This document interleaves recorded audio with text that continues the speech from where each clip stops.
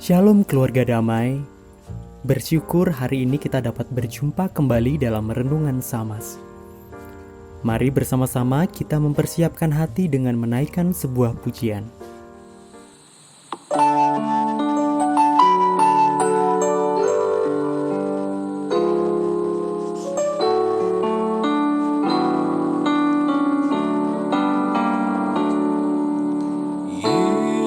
Yesus kawan yang sejati bagi kita yang lemah. Tiap hal boleh dibawa dalam doa padanya. Oh, betapa kita susah dan percuma berlelah bila kurang pasrah diri dalam doa padanya.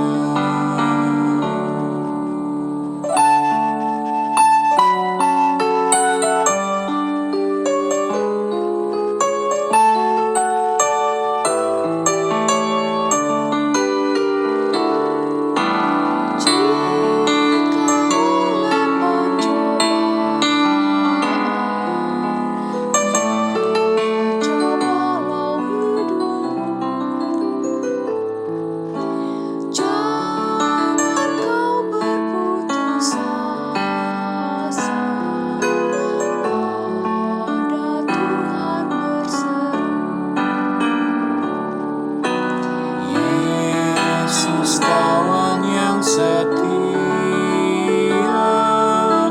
tidak ada taranya.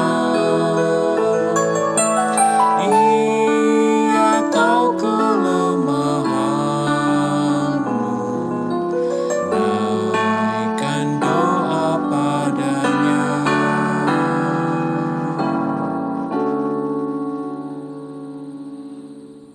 Tema Samas kita hari ini, hikmah dalam kelemahan. Renungan kita kali ini terambil dari surat Ibrani pasal yang keempat, ayat yang ke-14, sampai pasal yang kelima, ayat 10. Saya akan membacakan dari pasal yang keempat, ayat ke-15, sebagai dasar perenungan kita. Demikian. Sebab imam besar yang kita punya bukanlah imam besar yang tidak dapat turut merasakan kelemahan-kelemahan kita. Sebaliknya, sama dengan kita, ia telah dicobai, hanya tidak berbuat dosa. Keluarga damai, suatu ketika saya sedang sakit, diare, yang membuat saya harus bolak-balik ke WC, diikuti badan lemas, dan pusing di kepala. Teman kos yang tahu bahwa saya sedang sakit dan mengeluh, tiba-tiba mengatakan dengan santainya, "Wis to, nek loro ki dinikmati ae." Atau, "Sudahlah, kalau sedang sakit ya dinikmati saja." Begitu kira-kira dalam bahasa Indonesia. Tentu saja kalimat itu saya rasa tidaklah relevan dan lucu bagi saya. Sakit kok dinikmati? Bagaimana bisa? Menikmati itu ya bisa dilakukan jika kita merasakan kenyamanan, atau bisa juga misalnya ketika kita menemukan makanan yang enak. Sedangkan saya saat itu merasa perut sering mulas, badan lemas, makan pun malas. Tentu saja sakit bukanlah hal yang ingin kita semua alami untuk bisa dinikmati. Ada banyak hal indah lain yang rasanya bisa untuk dinikmati. Tapi hal menarik juga kemudian saya temukan dalam bacaan kita hari ini. Tuhan Yesus digambarkan sebagai imam besar yang beda dari biasanya. Bukan yang diam di tempat maha tinggi dan suci, tapi yang mau turun dan hidup bersama umat di bumi. Ia turut dicobai, mengalami, merasakan penderitaan, dan kelemahan dalam hidup sebagai manusia. Lalu mengapa Tuhan dengan segala hal yang bisa dinikmatinya di atas sana malah mau melakukan itu semua? Saya kira itu repot sekali dan sama sekali tidak menyenangkan.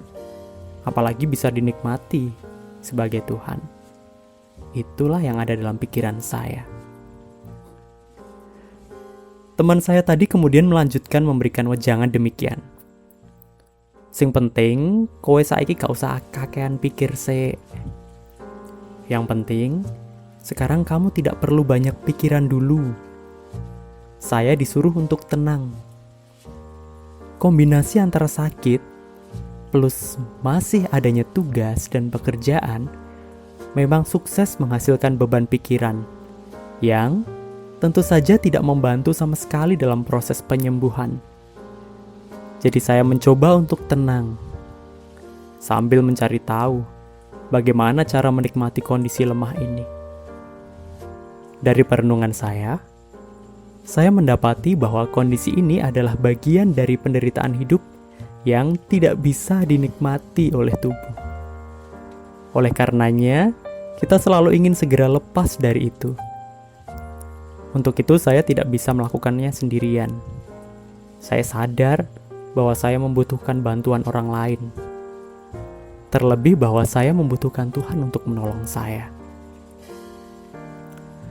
Tuhan yang mau repot-repot menderita dan merasakan kelemahan itu tentu saja tidak melakukannya dengan sia-sia. Surat Ibrani melukiskan tentang betapa Tuhan begitu dekat dengan kita. Ia tidak hanya tahu apa itu penderitaan dan kelemahan, tapi turut merasakan itu semua.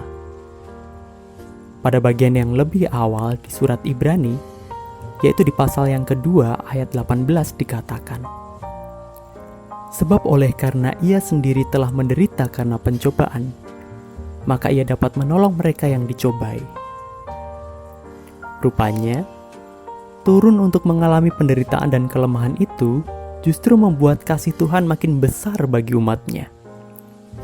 Karena itulah kita bisa menyebutnya sebagai kawan sejati.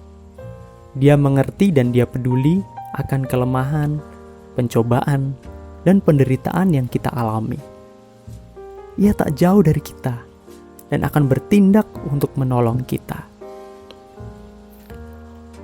Orang-orang yang peduli biasanya karena pernah mengalami. Teman saya itu memberikan obat sambil menceritakan tentang sakit mah yang dialaminya berulang kali. Tidak harus juga untuk kita mengalami apa yang terjadi pada orang lain, baru bisa peduli. Penderitaan yang saya alami, walau mungkin tampak tak seberapa, mestinya membuat saya juga bisa menjadi lebih dekat dengan mereka yang juga mengalaminya. Tentu saja tidak harus sama persis kejadiannya. Tapi setelah merenung dan meresapi ketika kondisi tubuh lemah, membutuhkan pertolongan dan bantuan orang lain, mestinya itu menggerakkan saya untuk bisa membantu mereka yang merasakan juga. Bantuan-bantuan kecil bisa jadi sangat berharga. Doa pun bisa jadi berkat untuk mereka. Belum selesai, teman saya tadi melanjutkan perkataannya. Nek gak tau loro, ya malah bahaya. Atau, kalau tidak pernah sakit, justru bahaya. Saya pikir bisa juga. Barangkali, kalau tidak pernah kita mengalami kelemahan dan penderitaan, kita juga tidak akan pernah mengerti arti empati. Mari kita berdoa. Kami bersyukur memiliki Tuhan yang begitu dekat dengan kami dan tidak pernah meninggalkan kami. Kami juga bersyukur atas segala hal yang Tuhan izinkan terjadi pada kami. Kiranya Tuhan bantu kami agar kami bisa terus belajar dan bertumbuh dari berbagai pengalaman hidup yang kami alami. Dalam nama Tuhan Yesus, kami berdoa dan memohon. Amin. Demikian renungan Samas hari ini. Keluarga Damai dapat melanjutkan berdoa syafaat bagi anak-anak terlantar yang ada di luar sana, yang mungkin pernah dijumpai atau mungkin tidak pernah kita ketahui. Tuhan memberkati kita semua.